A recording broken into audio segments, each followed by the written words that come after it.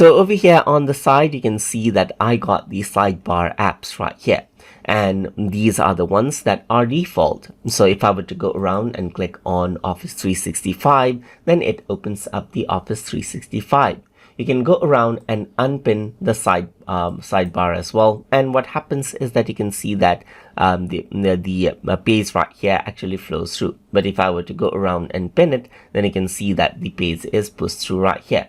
So over here, you can see that you can go around and access out the permission levels for each of the apps as well. Like you can go for permission and privacy right here, just like this, and then see the settings right here. And you can also work around with the notification and app settings for Microsoft Office 365 right here.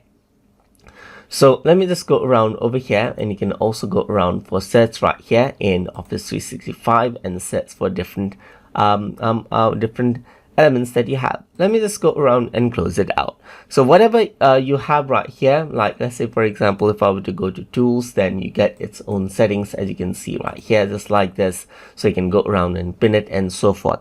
But if you want more apps, then you can simply go around and click on the customize option right here, and there's more apps that you can actually search for.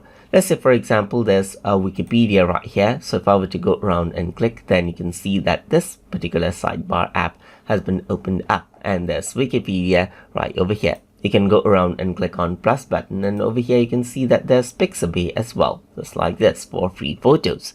If I were to go around and press this, then you can see that there's many different sidebar apps that you can go around and add in. For example, there's productivity right here, there's like from Microsoft right here, there's for videos right here and so forth, and there's many different sidebar apps that you can go around and add in over here, like OneDrive as well. So if I were to go around and click, you can see that it opens up in the sidebar. So now over here you can see that these are the opened up apps, but what you can also do is you can go around and pin it out. So if I were to go around and then pin to the sidebar, then it actually goes on to the top, as you can see right here. So I can go around and close it, and even if I were to close it now, you can see that it still stays right there. Let me just go around over here onto, let's say for example, Canva, and if I were to close it, then it simply closes around from over here. But those which are pinned are actually there.